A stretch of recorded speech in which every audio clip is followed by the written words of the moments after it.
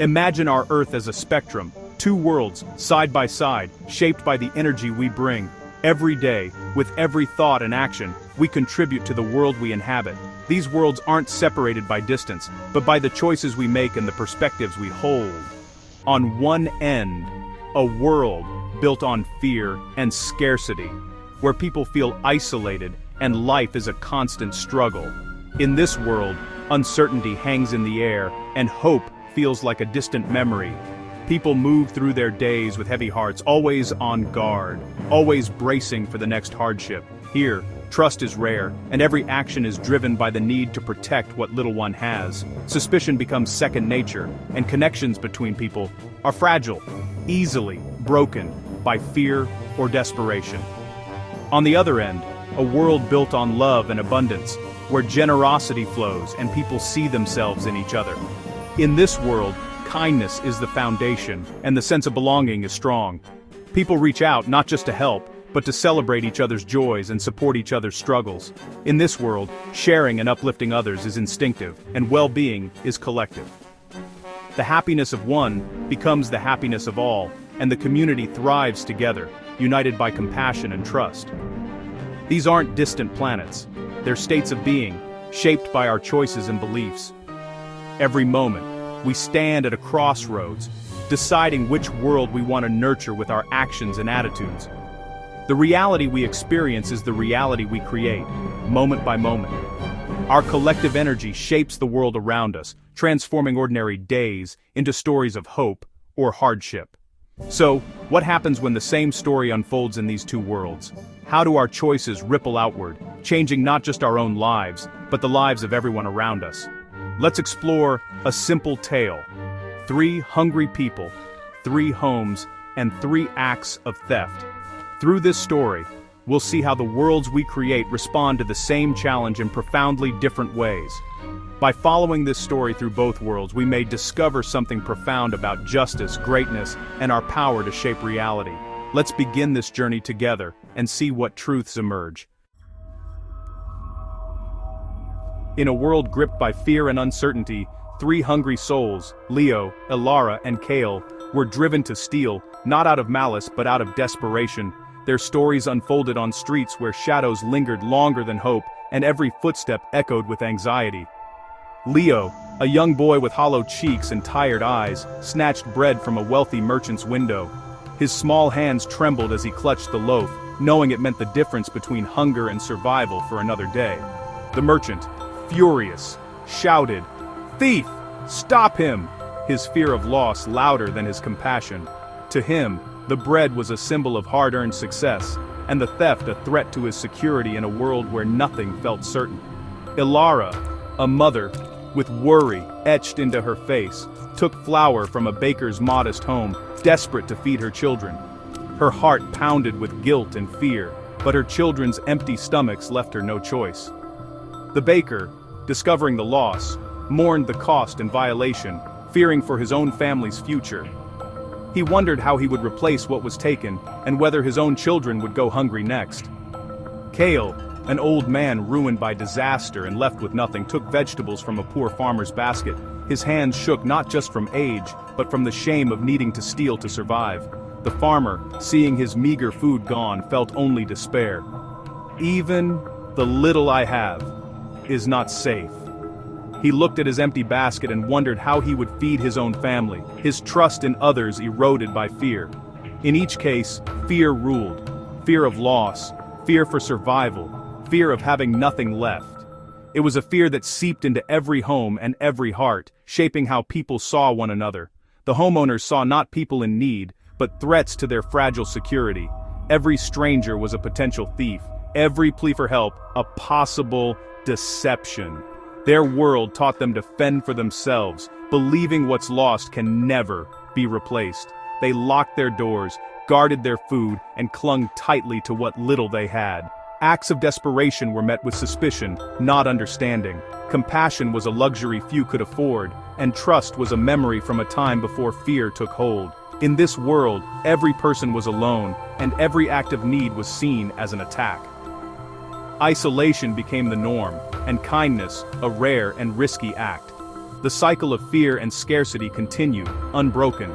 Each day, the walls between people grew higher, and hope faded a little more. But what if the same story played out in a different world? What if, instead of fear, there was understanding?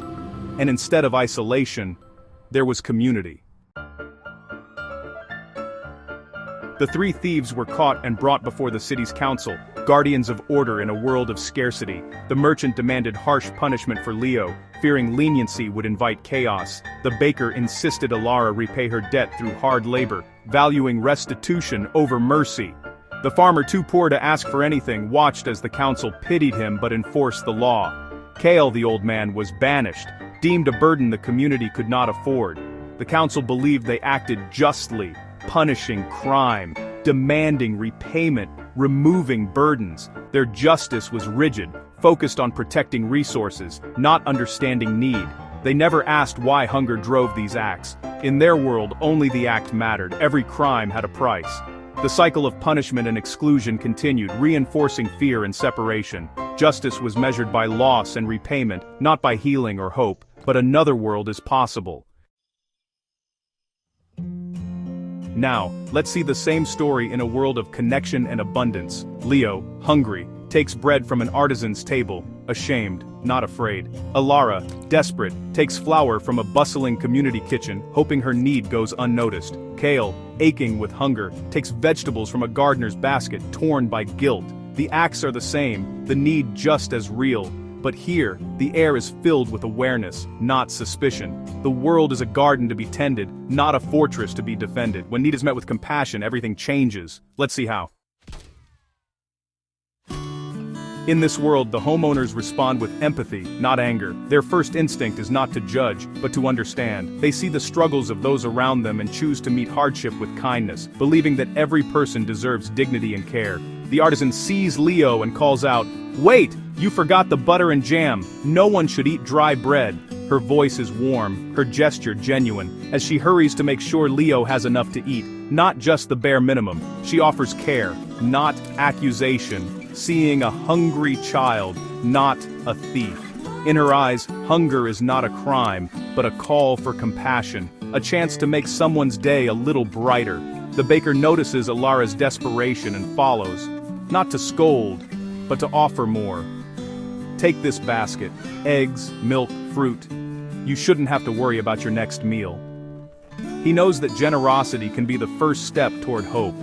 Our kitchen is here for all. The kitchen becomes a place of welcome where no one is turned away, and every meal is shared with gratitude. He invites her to receive openly, not in secret. There is no shame in asking for help here, only open arms and understanding hearts. The gardener, seeing Kale's suffering, fills a basket with her best harvest and seeks him out, not to punish, but to invite him to her table. She knows that sharing abundance can heal wounds that go unseen. Each homeowner chooses love over fear, connection over suspicion. They believe that trust is built not by locking doors, but by opening hearts. They see theft not as an attack, but as a cry for help. Instead of turning away, they listen, offering comfort and support to those in distress. Their security comes from community, not possessions. They know that true safety is found in the bonds they share, in the laughter and work they do together. Instead of building walls, they open doors, transforming moments of need into opportunities for healing. Compassion replaces conflict, and generosity becomes the foundation of their neighborhood. The story takes a new direction. Hope grows where kindness is sown, and the future feels brighter for everyone. What happens when the community gathers to respond? Together they discover that compassion is not just a feeling, but a powerful force that can transform lives and shape a better world for all. In this world, the council gathers, not to punish, but to understand and heal. The artisan, baker, and gardener express regret that anyone felt so desperate. They ask, "How did we miss this hunger? How can we ensure no one goes without?" The focus shifts from blame to collective responsibility. Leo, Alara, and Kale share their stories, met with empathy, not judgment. The council listens, seeking root causes, not culprits. Their solution is action, not punishment. Leo is mentored by the artisan. Alara's family is supported. Kale is welcomed and valued. The community strengthens its web of care. justice becomes restoration, not retribution. The cycle of compassion and connection grows. This is a world where healing, not exclusion, is the answer. In the world of fear, justice meant punishment, and greatness meant power and control. Goodness was obedience, justice was retribution, and greatness was measured by what one could defend or accumulate. The council believed punishment preserved order, but it only deepened division. The thieves' potential was lost, their value erased. In the world of compassion, these definitions are transformed. Goodness is noticing and responding to need. Justice is restoring harmony and addressing suffering. Greatness is measured by what one gives, not what one owns. The community lifts up those who stumble, unlocking everyone's potential. True greatness is found in unity and love, not in control. The world is transformed by the choice to see potential, not just crime. These two worlds reveal a simple truth. Our reality is shaped by our choices. In the world of fear, punishment breeds more suffering and division. In the world of compassion, generosity creates healing and connection. The same story, two outcomes, one of scarcity, one of abundance. This is not just a parable, but a mirror for our own lives. When we see need, do we react with suspicion or compassion? Do we seek punishment or understanding? Every thought, word, and action is a vote for the world we want. True justice mends our shared humanity. True greatness uplifts others. The choice is always ours. In choosing love over fear, we hold the power to transform our world.